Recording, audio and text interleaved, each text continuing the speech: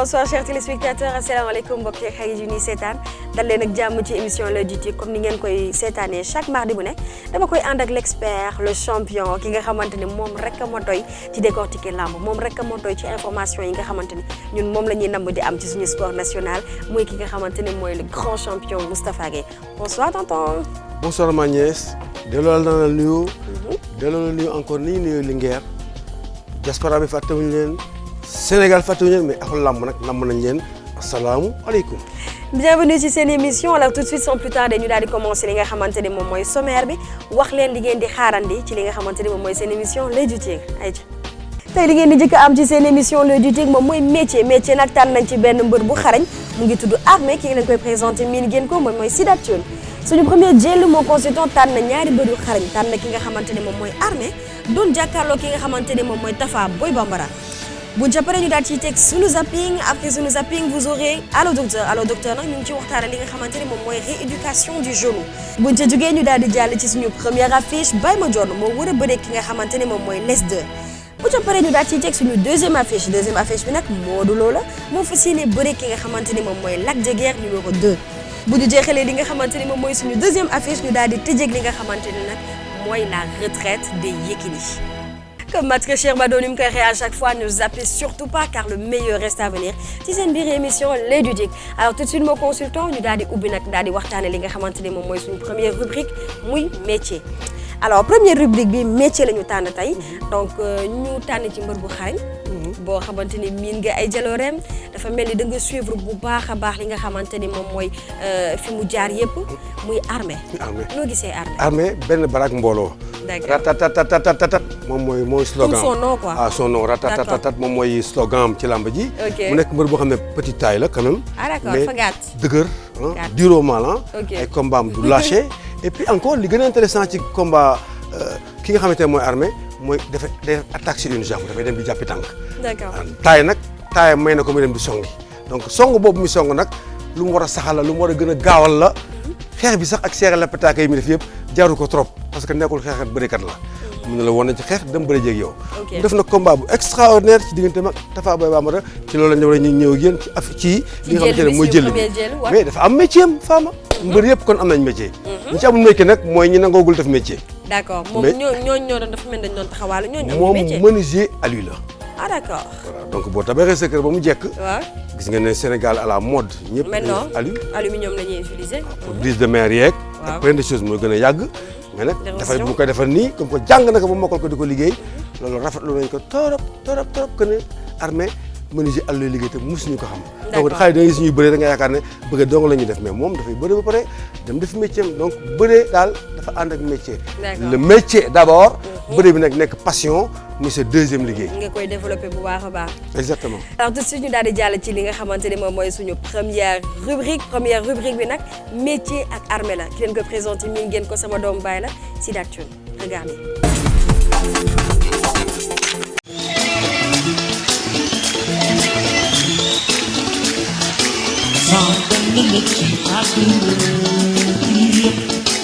nit ku nekk am nga loo yëg nit ku nekk am nga féex sama benn la ci àdduna bi yëpp nit ku nekk am nga loo yëg nit ku nekk am nga féex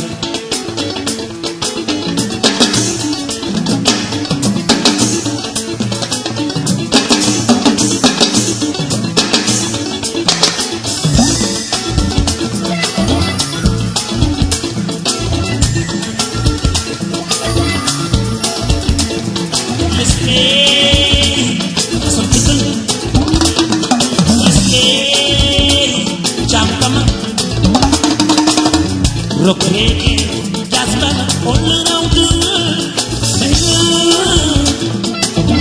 CTVT, I like music all around the world. La samba, la rumba, cha-cha-cha. CTVT, some music all around the world.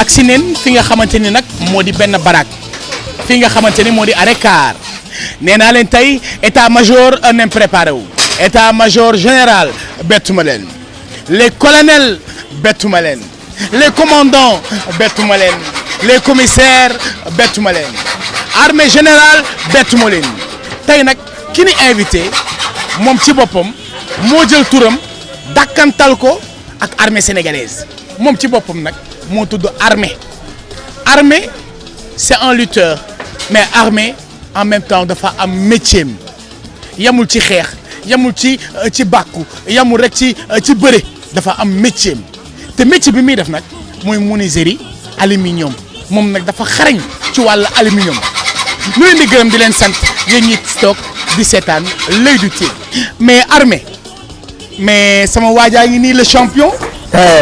sama waaj yow moom faw nu nuyu la. di la ziar di la sargal.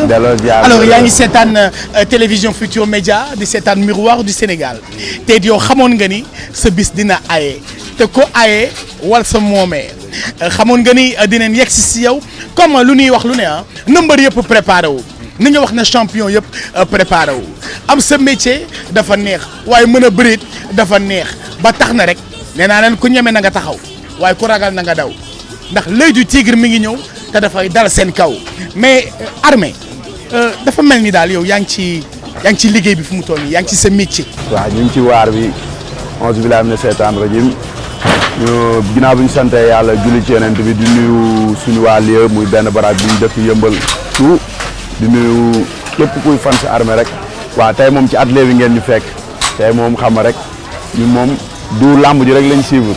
ñu ngi suñ métier yàlla dogal na buñ kiiyee buñ deful dara dañuy ñëw jaar atelier liggéey bu nekkee nag am nañ combat ñu xool nuñ programmé ak kii bi. kon da ngay jël sa bëre.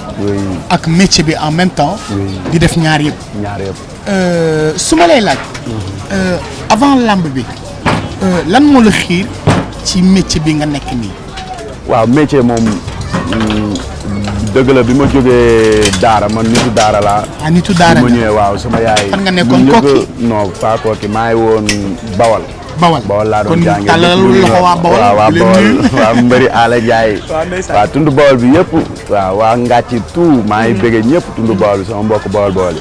waaw après bi ma ñëwee sama yaay métier la ma njëkk a choisir pour ma liggéey ma xool après mun ma xoolal léegi sama nijaay Mama Diagne mu teg ma ci ay loxoom fi laa jàngee métier. après jaar naa ci grand Gana Kébé sama mag Pape Sène xam nga ñëpp daal ñu ma jaar mooy loolu mais daal fii laa dooree lu ma xam fii laa ko xamee wax dëgg yàlla. kon tey mën nañ wax ni atelier bi ñu ñëw nii fekk si la fii mooy sa cosaan fii nga jàngee métier fii nga mokkalee métier fii tamit nga téye sa métier. waaw atelier bi sax atelier bu mag bi Caaroy la nekk. waaw moom yàgg nañ ci trop. ndax boo xoolee Père Tafa Gueye bi def l'Oeil du Tigre sax këram ñun ñoo ko liggéey. ah bon xam naa loolu moom du ci kii këram Sacré Cœur ñoo ko liggéey ñoo ko monté ji man ci ñi ko doon monté ci laa bokk mais musuma ko wax sax. ndeysaan waaw boo ne ko Mama Diagne rek moom dina ko xam bu baax a baax a baax. ndeysaan waaw ñoo ko liggéeyal loolu yàgg na temps laa gën a nekk tout tànk boobu ñu ngi ci métier bi bu baax a baax di jàng nekkal sama nijaay tamit muy ku baax vraiment jàppale ñu ci bépp côté. ginnaaw yàlla lu ñu xam suñ métier rek moom la. waaw ñu koy santaat bu baax di ñaan yàlla guddal fanam wéral ay cëram nekk fii nag ñun fi lañ ñëw man ak Pape Diagne ak kii léegi sama rak moo fi nekk sama patron Talla Diop. xam nga ñun daal mooy loolu daal ñu ngi ci liggéey bi di góorgóorlu bu baax a baax yàlla defal ñu jàmm daal yàlla yokk xéewal bi trop nag incha allah. armée su ma lay laaj ñaata at nga def ci métier bi lan nga may wax. waaw métier bi jàng naa ko 5 ans. 5 ans waaw 5 ans. mokkal nga ko. waaw vraiment. mokkal nga ko bu baax. waaw téléspectateurs yi lay seetaan ñu ñëw tey nemmeeku si la ngir daal di découvrir ce métier ñu xam ni que ni yamoo rek ci làmb yamoo rek ci bàkku yamoo rek ci xeex da nga mokkal sa métier te moom ci boppam armée nee na def na ci juróomi at lii di menuiserie maanaam aluminium nga nekk ci mokkal ko téléspectateurs yi lay seetaan amoon envie bu baax a baax découvrir yaay kan dan lay bàyyi nga def sa métier wannu yaay kan bu ko defee nu seetaan la kon ni ngi lay seetaan c'est parti ok mbokk yi nag gis nga lii noo ko gisandoo waxtaan naa ak moom ba pare mu toll nii dama koy bàyyi mu liggéey wan leen métier am wan leen de quoi il est capable Armé sur la TFM dans l'œil du tigre, c'est parti.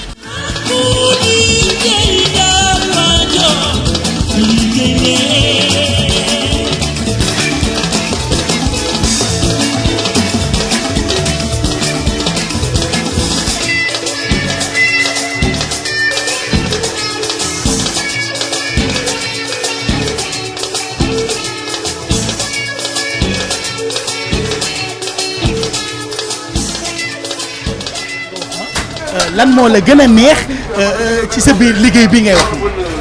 waaw liggéey bi wax dëgg yàlla li ma si gën a neex mooy ñun bi ñu jàng métier dëgg la métier métti woon na mais ñun yàlla dañoo dimbali woon ñu nekk patron bu baax bu nga xam ni chaque samedi dañuy yàkkamti samedi jot ndax benn instant bu samedi jotee ñun ñëpp lay mandat boobu nekkoon na lu ma neex trop da ngay sawar waaw benn instant da lay moom daal vraiment moom amul morom. seen jaar-jaar yéen ñaar lan la yàgg sa patron. waaw maa ngi sama patron nit ak jarbaatam la man sama nijaay la man jarbaatam laa te jàppale nañu ci bépp côté daal vraiment wax dëgg yàlla.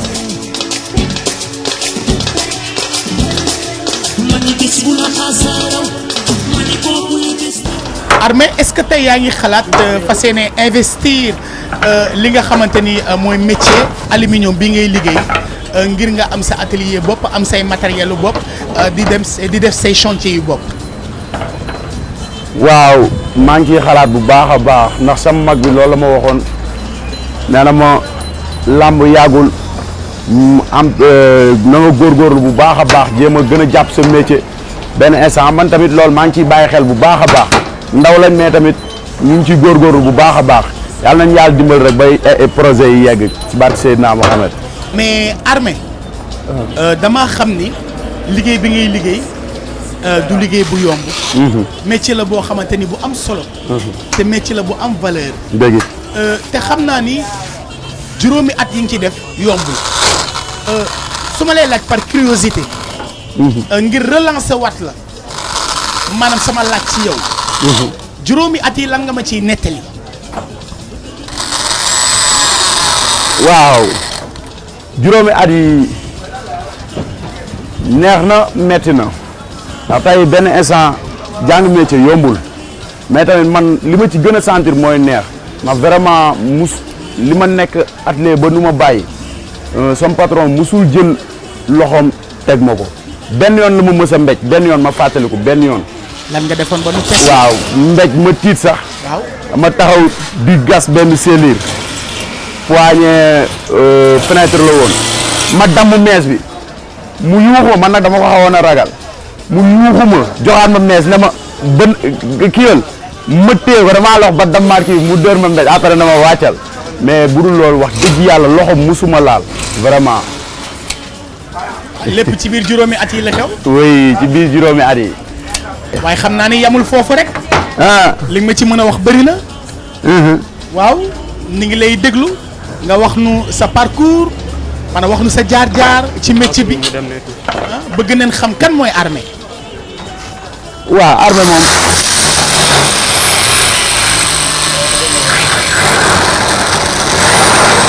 Armé moom benn booy la bu nekk benn baraak.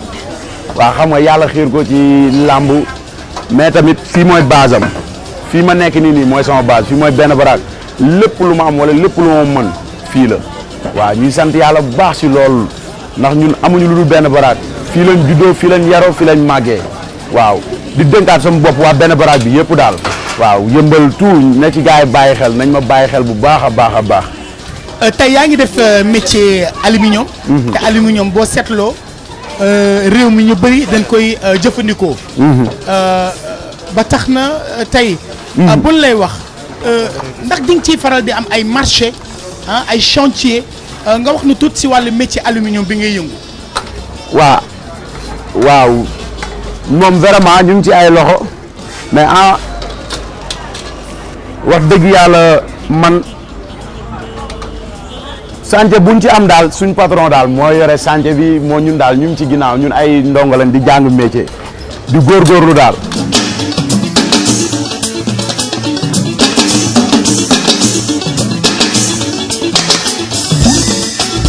dafa mel ni yaa ngi ci liggéey bi de. waaw maa ngi ci kawam maa ngi ci kawam.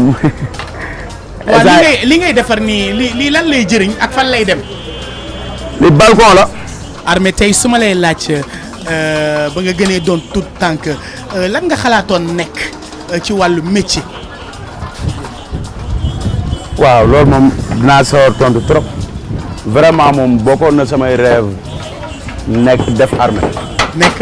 def armée jaar armée waaw loolu bokkoon na samay rêve trop vraiment mais yàlla dafa dogal diggante le temps que may jógee daara bi ma ñëwee samay âge passé waaw loolu tamit kii na ma trop vraiment bëggoon naa jaar armée trop wax dëgg yàlla. donc jaar armée nekkoon na sa rêve. waaw est-ce que kon du loolu moo tax kon nga tudd armée.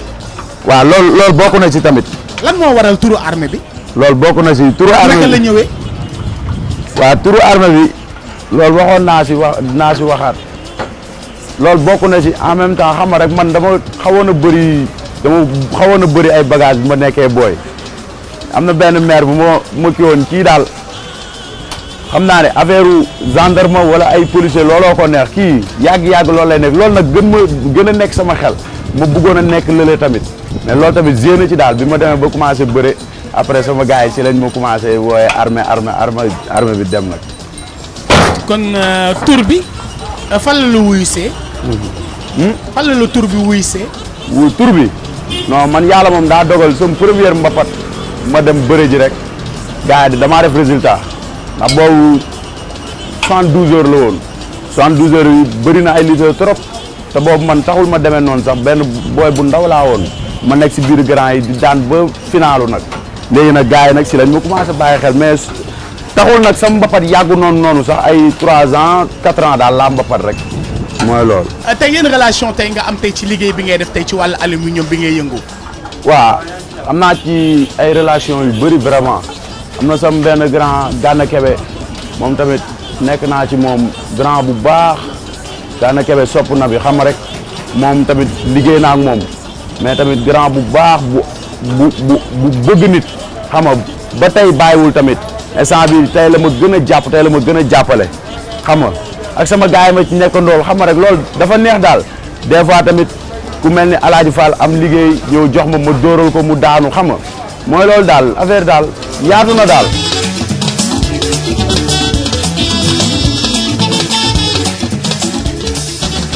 tey nag gis ngeen Armé tey mooy sunu invité dans l'œil du tigre nu gis ni mi ngi wane li nga xamante ni moo di métier muy menuiserie aluminium jot nañ ci waxtaan ak moom waaye nag lii ma lay laaj dafa nekk loo xamante ni lu profond ndax dund nga loo xamante ni que lu metti lu la marqué loo xamante ni que mën naa ko partager ak yow partager ndoo ko ak ñi lay seetaan ndax nit boo gis bu ne am na jaar-jaar comme li ngay wax sànq am nga jaar-jaar bu neex am nga jaar-jaar bu naqadi mais tey su ma lay laaj lan moo la gën a naqadi lan moo la gën a touché si sa àdduna loo xamante ni que tey mën nañ ko partager ak yow. waaw nit ki moom mënul dund ci àdduna te amul lu ko naqari waaye nag am na ñaar yoo xam ne daf ma marqué sama àdduna. ñaar yoo xamante ni marqué na la. waaw ban ak ban la. waaw benn bi moom bu si jiitu mooy loolu depuis ma nekkee xale damay toog di xalaat naan man lu tax benn jour sax yàlla may ma ko ma gis sama papa. ndeysaan ndax yàlla def na musuma ko teg bët. musoo gis sa papa waaw man waaw. mais tamit bi ma demee ba nekk ma après ci laa xamee ni daal mbiru yàlla daal moo demee noonu. moo yéeme. ndax tey chaque jour damay xalaat man bu doon benn bis sax ma gis ko sama papa mais bi ma nekkee tout tànk am ay 2 ans ci la génn àdduna. ndeysaan waaw ma xam ni bi ma demee ba nekk mag nag comprendre naa li ko yóbbu mooy yóbbu keneen fii kenn du fi des mais affaire boobu marqué na ma tout surtout temps booy la mu gënoon a sonal chaque fois dama ciy xalaat damay toog man kase di jooy. xam nga rek. ba mu demee ba tey bëgg naa balaa maa tëdd ci jullee dama fa jaar ragal. affaire bu garaaw daal mais daal yàlla baax na noonu la ko yàlla bëggee mais bu doon benn bis ma gis ko loolu dina doon lu ma neex sama àdduna. nga gis sa papa. waaw jàkkaarloog moom saafonteeg moom. waaw mais yàlla sunu. waaye dama koy ñaanal yàlla fi mu tëdd. ndeysaan yàlla na ko gënal fii. waaw nit ku baax la woon. waaw nit ku baax chaque jour bu ma surtout sama mbokk yi ku ma ci téye xam nga rek damay wax ba sama yaram di daw. waaw dama koy ñaanalaat yàlla rek yàlla na ko yàlla dugal ci àjjanay firdawsi ya. amiin te am nañ ci njort bu rafet. ñaareel bi nag lan la. ñaareel bi tamit loolu metti na ma trop ba ilaa mi din du ma ko faat ndax mënul dañ ci man. ma gënee nekk booy la dama mës a ànd ak sama benn xarit léegi mooy sama gaañam bi may xëpp gàllaaj alaaji ak benn xaritam ñu taxaw ñun ñett léegi ñu déplacé rek dem ki mu àndaloon ne sama portable wadd na ma daal di jël sama téléphone fekk aw ma crédit sax ma dugg si bitik jënd crédit woo ko muy sonné man ko moo kon alaaji moo ko jël quoi ma dem ñu dem seet fekk sama gaan fi mu nekk ñëw laaj ko mu ne yoruma ko ñu woowaat téléphone muy sonné ki ko jël décroché ne allo ñu ne ko waa allo foo jël rek mu coupé léegi kooku dem 2 jours mu dem ñëwaat ma gaa ngi wax ci suuf naan non man maa jël téléphone bi affaire boobu metti ma ñu ni dañoo dem si benn seetkat mu ni ki ko jël bu nekkul day bëre seen kër am na teen xam nga loolu ba may dee du ma ko fàtte daf ma metti c'est la première fois nit jiiñ ma te yàlla bi ma tiim xam na ni. gisuma jiiñ la sàcc. waaw ne la da ngaa jël jegew ma te jëloo. te non man ñi ma àndal ñëpp xam nañ ma man ni ma mel nii laa mel soxla ma yëfu doomu aadama. ndax bu dul dara am na lu ma jàng am na lu ma xam. ndax tey benn instant soxlawuñ alalu doomu aadama. ndax fii àdduna dara saxu fi. lu fi nit am day jeex. te yàlla dimbal nañu am na luñ jot a jàng donte ka sax buñ jëfewul lépp tamit ñu ngi ci jëfee lu bëri. ndax yenente bu tedd bi dañi laa yadxulu jannatan li arba'in ad-dimaa wal furuuj wal amwaala nit ki du dugg àjjana ndax ñett yi ad-dimaa ak reykatu nit wal furuuj ak njaalookat wal amwaala ak sàcckat te man ñaanuma yàlla def yooyu yëpp benn te soo amee sa métier rek dèjà kenn du la yeb tey bu làmb doxee mën nga ci nekk bu làmb doxul mën nga dem sa métier donte ko loo fa fortaatoo rek day barkeel boo ñëwee indi si kër gi xam nga mu gën a neex waaw man noonu laa gisee daal ñàkk am métier daal wóorul ñàkk a liggéey wóorul. lan ngay tàggoog mbokki téléspectateurs yi lay seetaan. waaw di tàggu ñëpp di sant ñëpp surtout waa yëmbal benn baraak di nuyu sama grand Gana Kebe nga xam jaar naa ci moom Alaaji Fall nga xam jaar naa ci moom samay patron lañ xam nga di nuyu sama patron Mama Diagne xam nga di nuyu sama père Ali Ndiaye Martalia damay jàppale bu baax a baax ñëpp ñuy jàppale armée rek seen doom mu ngi nii di leen tàllalaat loxo ñu ñaanal ko saison ren bi yàlla def mu doon saison am ci barke Seydina Mohamed di bëgg waa TFM di nuyu père Tafa Gueye bu baax a baax moom li ma lay wax dina ko xam gàllem ñun ñoo ko jóg ñoo ko monté ji mais musuma ko koo wax. alors père Tafa Gueye lii noo ko déggandoo dégg nga ki nga xamante ni moo di armée nee na sa kër ñoom noo ko defar noo defar aluminium yi noo defar porte yi noo defar lu bëree bëri ci biir kër gi te loolu musuloo ko wax tey nag nu am occasion dans l'œil du tigre tey mu passé la boobu message war na la ni liggéeyal na la si sa biir kër mais firnde baa ngi nii ndaxte tey dina ñëw fekk ko fii nga xamante ni moo di ci atelier mu wan nu métier am ba nu xam fii li nga xamante ni jot na la ko fay defal sa biir kër mbokk yi gërëm na leen sant na leen di remercier maanaam toute l'équipe technique di remercier mon caméraman allié di kontaan ci le grand réalisateur hors pair tonton Mbaye Fall merci à tous les téléspectateurs de la TFM c'était l'œil du tigre sur la TFM rendez-vous mardi inchallah. merci beaucoup doomu baay gis ngeen li nga xamante ne noonu la jàmbaaree armée alors tout de suite dañuy daal di enchaîner ak li nga xamante ne moom mooy suñu premier jël nag tànn nañ ki nga xamante ne moom mooy armée moom ngeen doon gis ñu tànn ko métier ak ki nga xamante ne moom mooy Tafa Boy Bambara pourquoi. Tafa Boy Bambara armée combat bu extraordinaire la woon ñu amoon nag jour bi nga xamante ne Bombardier le roi des arènes moo doon bëri ak Modou Lo ñoom ñaar ñu bëri woon combat spécial bi. d'accord combat bu saf-saf. bu tàng jër mais Fama du ma ci barante wax armée seen wàllu càmmuñ jiital tànku ndeyjooram yebal loxo ndeyjooram day pour boo ko dóoree mu daan la mais tant que plexus pour waaj daanu Armé xoolal li muy def mu ngi essayer chercher le combat songu Tafa Boy Amara sànni benn coup de poing nag moom ki nga xamante ne moom mooy Armé boobu du la pataake. non bëtt ci pokotaan yi waaw moom la ñuy woowee toujours ñoo ak benn confiance te taay bi moo ko may ak li mérite ci combat bien parce sûr que fente na ba sonn. ay at yu dul jeex amoon blessure di faju ba ñëwaat di doog a ñëwaat premier combat fa mu dajal nag moo nooy alors tout de suite ñu daal di jàll ci une page de pub et on revient sur le plateau. jàll ci sunu zapping tonton Mbaye Fall nag moom moo ciy jaar moom mooy doxantu ci télé yu bëri daal di jël li nga xamante ni moom mooy actualité miin ngeen ko mu daal ñuy defal li nga xamante ni moom mooy sunu zapping lépp rek lañ leen di indil. mais dafa raak Mbaye Fall dafa mel ni temps yi dafa raakaaju ci sunu zapping nag waa tamit ndax est-ce que gis nga yi mu génneegul waa yi mu génne nii mooy yi kon wan na la yi mu mais yi mu génneegul denc bu ko génnee fii suñu La zapping ilaha yooyu Sénégal dañu naan lii fan la am ci yii sport fan la am ci këru àdduna tamit yii façon moom lépp la à fan am ci l'international àdduna, yii fépp façon lay dem. coup de pied yii façon athlète yoo xamante ne dañ mel ni ay robot Non, tonton Mbaye fan rek la ci Mbaye Fall xarañ. di jële yooyu nag nañ ko bàyyi yëfam moo ko xam di ko jëf nañ ko bàyyi mu jëf ko ni mu ko war a jëfee laf cat ci tonton Mbaye Fall alors tout de suite ñu daal di enchaîner avec sunu zapping regardez.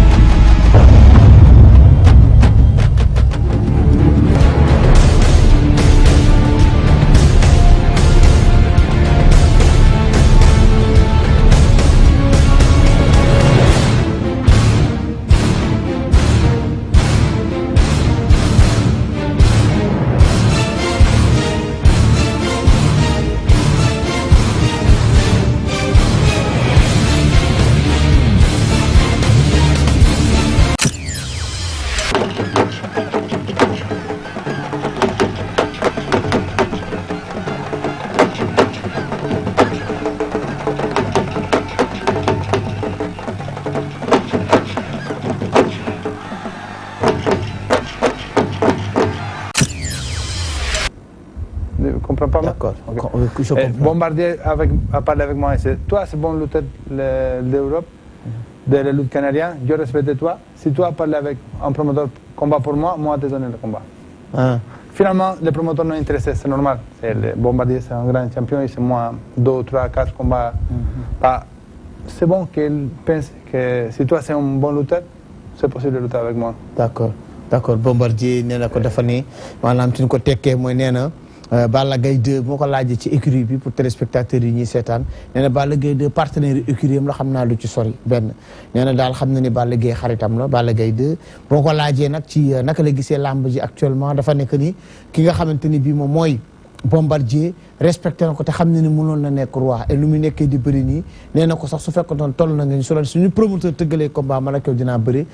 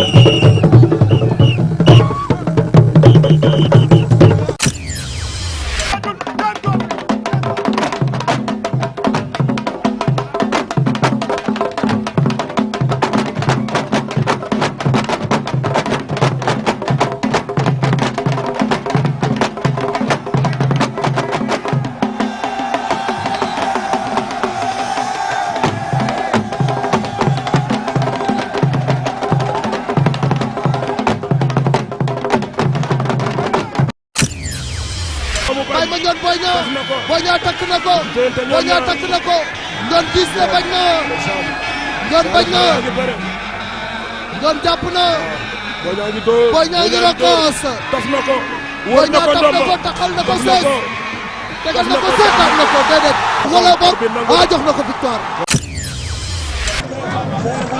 Gris Tyson jàppante nañu Gris ngi wut ngemb Tyson rasu na Tyson Gris door na Tyson Gris Bordeaux daan na Tyson Gris Bordeaux daan na Tyson.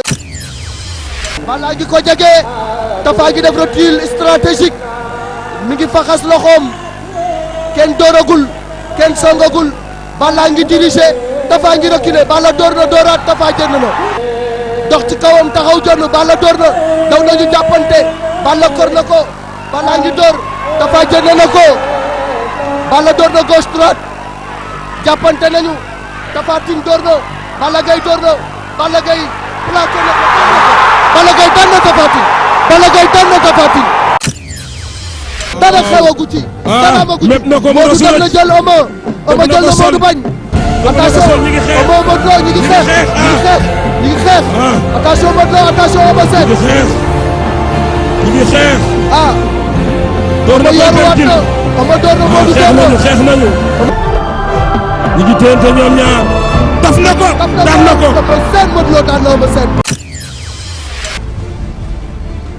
Lac de Guiers Yékini door na ko Lac de Guiers daw na song ko jàppante nañu Lac de Guiers Yékini jàppante nañu Lac de Guiers Yékini jàppante nañu Yékini ñaari loxoom yëpp benn jàppatul Lac de Guiers a ngi téye ci ngemb li ba mu dagar Yékini door na Lac de Guiers rasu Lac de Guiers plaqué na ko daan na ko Lac de Guiers daan na Yékini. jërëjëf maa ngi remercier ñëpp. waaw. wax naa ko léegi sportif yu mag yëpp demoon nañ ba toll fi ma toll te ku ci toll da ngay bàyyi lu mu dee def naa 24 ans ci làmb ëpp na kon bàyyi rek la mun a doon.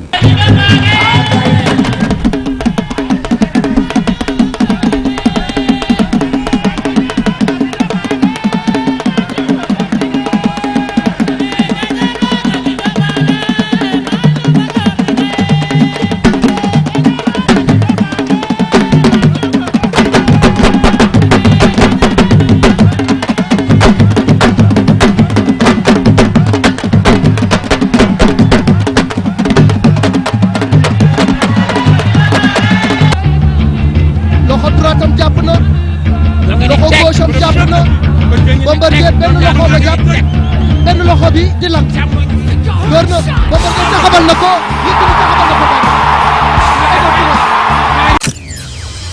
suñu papa Lamine Diack Lamine Diack xolu Sénégal la xolu Sénégal la xolu Afrique la parce que tey képp kuy ndawu Sénégal di ndawu Afrique papa Lamine Diack cas d'école la lu ñu war a jàngale la pour ndawu Afrique ak Sénégal di roy ne nekk der bu ñuul terewul nga jiite lu mag ci àdduna loolu bu amee nag ba jamono ñëw ay tuuma bugg a tegu ci doomu Sénégal boobu damaa jàpp ne ci sama gis-gis sama constat ñun doomu Sénégal dañ ci des ginnaaw trop. merci beaucoup tonton Mbaye Fall tout de suite ñu daal di enchaîner ak li nga xamante ni moom mooy Allo Docteur alors ñu ngi waxtaanee rééducation du genou nañ ko seetaan daal di dellusiwaat tonton Tafa am na lu bëri lu mu ci bëgg a wax.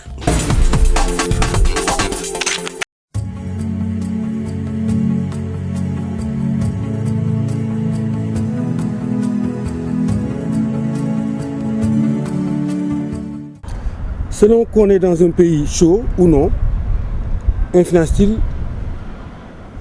les séances de rééducation? Non, les séances de rééducation, soit on est dans un pays chaud ou dans un pays froid, les séances de rééducation se passent exactement de la même façon. D'accord? Ce qu'il faut faire attention, c'est que dans un pays chaud, la personne elle va avoir besoin de s'hydrater vachement beaucoup plus à l'heure de faire n'importe quel exercice physique. parce que justement il n'a pas la fraîcheur. Ici en France on a l'hiver, en Afrique par exemple au Sénégal vous avez la chance d'avoir tout le temps de beau temps et des belles plages. Donc vous avez le chaud et le froid, la température, c'est pas une influence pour le traitement de patients. Une rééducation dans un centre spécialisé est-elle toujours couronnée de succès? Pas toujours. Donc on va dire qu'ils ils peuvent avoir 70%, entre 70 et 80% de beaucoup plus de succès parce qu'ils ont des professionnels qui sont spécialisés dans des cliniques de sport comme on a ici en France, Cap-Breton par exemple, et ils ont du matériel qui est plus adapté aux sportifs.